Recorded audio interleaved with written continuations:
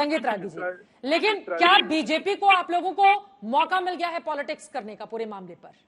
नहीं, सवाल बीजेपी और कांग्रेस का नहीं है, सवाल तृणमूल का नहीं है। बहुत महत्वपूर्ण मुद्दा ये है कि एक डॉक्टर की हत्या हुई है, वो भी रेप करके हुई है। उसके प्रति प्रशासन को ज्यादा संवेदनशील होना चाहिए था। और यदि छात्रों का यदि विश्वास नहीं है तो उसका एक ट्रैक रिकॉर्ड है। आप 24 परगना के अंदर जो है वो गैंग रेप हुआ था बच्चियों के साथ।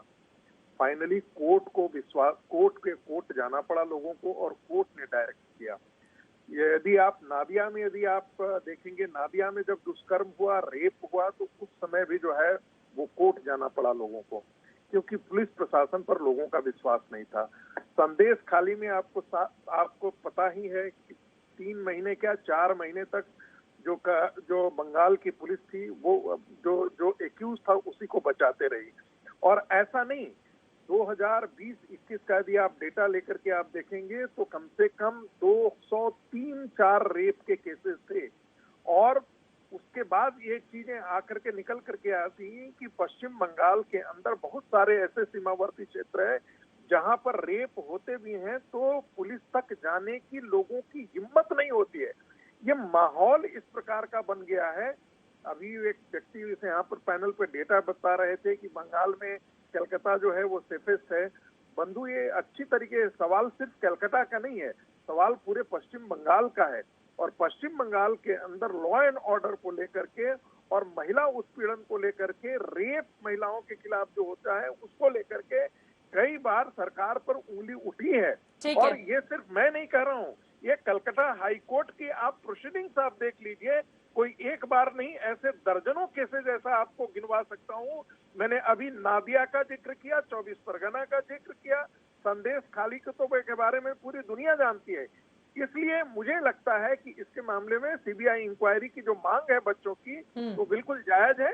और ये मांग इसलिए कर रहे हैं क्योंकि उन पर पुलिस की भरोसा नहीं है, ममता बनर्जी पर भरोसा नहीं है, और ये इसमें राजनीति करने की कोई आवश्यकता नहीं। ठीक है, डॉक्टर विक्रम सिंह जी, सीधे आपके पास आते हुए बड़ा सवाल यह है कि पश्चिम बंगाल की पुलिस को लेकर अगर इस तरह की नाराजगी विद्यार्थियों की ओर से, रेजिडेंट डॉक्टर्स की ओर से जताई जा रही है तो उसके पीछे की सबसे बड़ी वजह आप क्या देखते हैं? और अगर इन परिस्थितियों में भी पुलिस जांच करेगी, जो भी रिपोर्ट वो तैयार करे, क्या उस पर ये लोग भरोसा कर पाएंगे विक्रम सिंह जी? फिर क्या वो महज खाना पूर्ति बनकर नहीं रह जाएगी? चित्रा जी, अविश्वास जायज है। सबसे पहले तो जो आरोपी है केपी, कलकत्ता पुलिस का बैज और अपने स्टिकर लगा के क्यों चल रहा था? दूसरी चीज यह है कि जब आपने प्रथम दृष्टया उसको आत्महत्या में परिवर्तित करने का कुंसित प्रयास किया, उसका क्या उत्तर है? फिर आपने मुआवजा, रेप का कोई मुआवजा होता है, ये देने की, आपने कंपनसेशन देने की एक घृणित कार्य किया।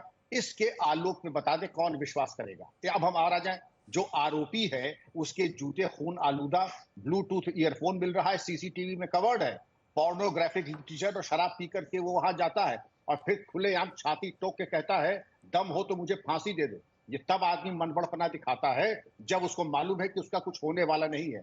इन तमाम परिदृश्य में चित्रा जी, मैं चाहूंगा कि कम से कम जिन लोगों ने इसको केपी और 2019 से कलकत्ता पुलिस के साथ है, आपने क्या कार्रवाई की? आज तक आपने कोई पुरस्कार की घोषणा की 5 लाख 10 लाख की जो मुफीद जानकारी पुलिस को देगा उसको ये दिया जाएगा? कहीं ऐसा ना हो कि मुफीद जानकारी आ जाए और आपको लेने के देने पड़ जाए। तो इतने शक मैंने आपके सामने चित्रा जी रखे हैं। आपने इनाम की घोषणा क्यों नहीं की? पॉलीग्राफ टेस्ट अब तक क्यों नहीं कराया? नार्को एनालिसिस क्यों नहीं कराया? इतने शातिर बदमाश के इंट्रोगेशन में जो नाम प्रकाश में आए हैं उनके ऊपर कोई कार्रवाई होगी या नहीं होगी? अब तक की बात चित्रा जी यही है, आखिरी वाक्य, चले बहुत पहुंचे कहीं नहीं। ये बड़ी बात आपकी ओर से कही गई है। तौसीफ खान जी, उन्होंने जो सवाल उठाए, जल्दी से 2 लाइन में कमेंट। एक देखिए, उन्होंने कुछ सुझाव दिया है कि नार्को टेस्ट क्यों नहीं हुआ या फिर इनाम क्यों नहीं आपने लगाया फर्दर इंफॉर्मेशन के लिए। देखिए, मेरे पास में फिलहाल तो डिटेल्स नहीं है। मुझे जरूर उम्मीद है कि कोलकाता पुलिस के तरफ से ये कदम उठाए गए होंगे और हर उचित कदम उठाए गए होंगे जो केस को सॉल्व करना है, क्योंकि ममता बनर्जी ने अल्टीमेटम दे दिया कोलकाता पुलिस को कि अगर रविवार तक केस सॉल्व नहीं करते, खास तौर पे क्योंकि परिवार वालों ने कहा है कि 1 से ज्यादा लोगों के होने की यहाँ पे संभावना है, तो ममता बनर्जी ने खुद कहा कि भाई देखिए कि क्या और कोई लोग इन्वॉल्व है, अगर वो रिपोर्ट तैयार करके रविवार को सौंपेंगे भी, वो भरोसा नहीं करेंगे लोग उस पर। जल्दी से 2 लाइन में संजू जी, 2 लाइन में। मैं ये बात कहना चाहती हूँ कि कलकत्ता पुलिस किसको रिपोर्ट करती है? ममता बनर्जी को। कलकत्ता पुलिस ने अब तक इतनी लापरवाही क्यों बरती? इसका जवाब है ममता बनर्जी के पास नहीं। ममता बनर्जी की WCD minister, women and child development minister Shashi Panja, क्या उन्होंने इस्तीफा दिया? नहीं। लॉ मिनिस्टर मौलय घोटक, क्या उन्होंने इस्तीफा दिया? नहीं।